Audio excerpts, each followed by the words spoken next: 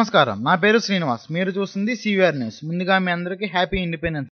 స్వతంత్ర దినోత్సవ సందర్భంగా మన దేశ ప్రధాని మన్మోహన్ సింగ్ ఢిల్లీ రెడ్ ఫోర్ట్ పై జాతీయ పతాకాన్ని ఆవిష్కరించారు.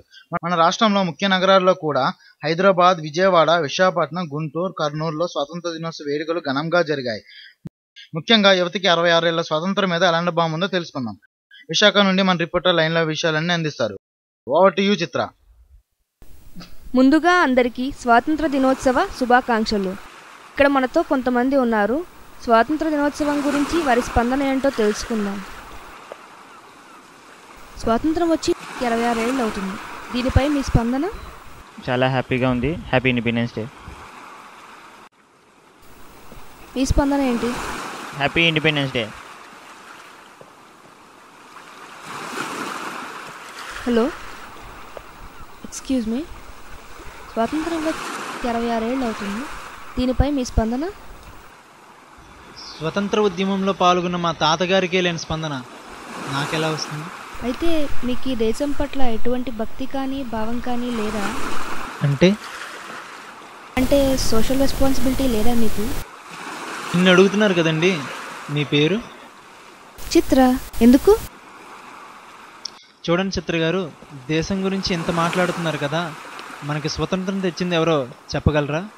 ఇంకెవరు? గాంధీజీ గారే కదా. గాంధీజీ గారేనా? ఇంకెవరు? గాంధీజీ గారే కదా.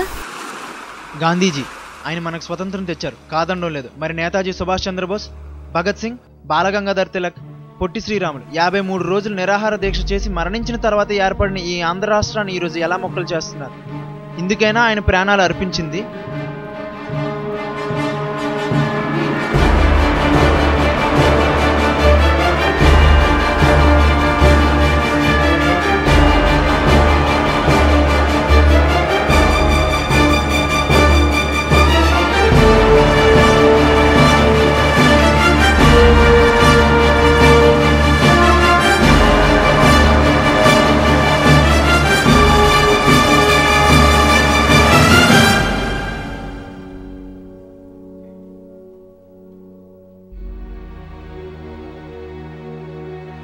వీళ్ళు కూడా అందరిలాగే ప్రాణాలు అర్పించారు.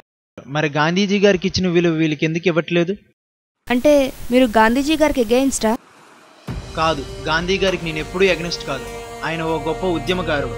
నా బాధ అంతా ఒక్కటే, కొన్ని కోట్ల మంది భారతీయులు పోరాడారు, కొన్ని వేల మంది నాయకులు ప్రాణాలు దారిపోసారు. మరి వాళ్ళకెందుకు గుర్తింపు ఇవ్వట్లేదు? చంద్రశేఖర్ ఆజాద్, మంగల్ పాండే, బ్రిటిష్ వారితో పోరాడిన గిరిజన రారాజు అల్లూరి సీతారామరాజు, ఇంకా చాలా మంది దేశం కోసం ప్రాణాలు విడిచారు. గాంధీ గారు బతికున్నారు, అంతే తేడా. చూడండి చిత్ర గారు, 5 వేలు కలిస్తేనే పిడికిలి, 5 వేల మంది పాల్గొంటేనే ఉద్యమం, 5 కోట్ల మంది ఎంచుకున్నవాడే లీడర్. అంటే ఇప్పటికీ కూడా మనకి స్వాతంత్రం రాలేదని మీ అభిప్రాయమా? అవునండి. గాంధీ గారి దృష్టిలో నిజమైన స్వతంత్రం ఏంటో తెలుసా? అర్ధరాత్రి ఓ ఆడపిల్ల ఇంటికి నిర్భయంగా వెళ్ళినప్పుడు, అదే నిర్భయ అనే అమ్మాయికి మన దేశ రాజధానిలో జరిగిన సంఘటన మర్చిపోయారా? ఈ ఒక్క ఉదాహరణ చాలదా మనకి ఇంకా స్వతంత్రం రాలేదని చెప్పడానికి? ప్రాణాలు త్యాగం చేసి మన ముందు తరాల వాళ్ళు మనకి ఇచ్చిన స్వతంత్రం ఏంటి? మనం ఎలా వాడుకుంటున్నాం? మన తర్వాత తరాల వాళ్ళకి ఎలాంటి స్వతంత్రాన్ని ఇస్తున్నాం? ఆలోచించండి. మనిషి మంచి పని చేయవసరం లేదు, మనిషి మనిషిగా ఉంటే చాలు. అమరవీరుల విగ్రహాలను పెట్టనవసరం లేదు, వాళ్ళ సేవను గుర్తిస్తే చాలు. ఆడపిల్లని అందరం ఎక్కించాల్సిన అవసరం లేదు, వాళ్ళని సాటి మనిషిగా చూస్తే చాలు. మనకి స్వతంత్రం వచ్చినట్టే. ఇందాకలే మీరు చెప్పినట్టు దేశం పట్ల ఎటువంటి భక్తి కానీ భావం కానీ అవసరం లేదు, దేశం మీద ప్రేమ ఉంటే చాలు. జై హింద్. ఇంకా యువతలో ఇలాంటి విప్లవ భావాలు ఉన్నాయా అనిపిస్తుంది. ఒక్కడిగా వచ్చి తన మాటలతో ఇంతమందిని తన వెంట నడిచేలా చేసుకున్నాడు. ఇటువంటి లీడర్షిప్ క్వాలిటీస్ ఉన్న లీడర్స్ మనకి రావాలని ఆశిస్తూ అంతవరకు వెయిట్ చేద్దాం. Once again happy independence day. Camera person కరుణ్తో Chitra, CVR news, Vizag. Over to studio.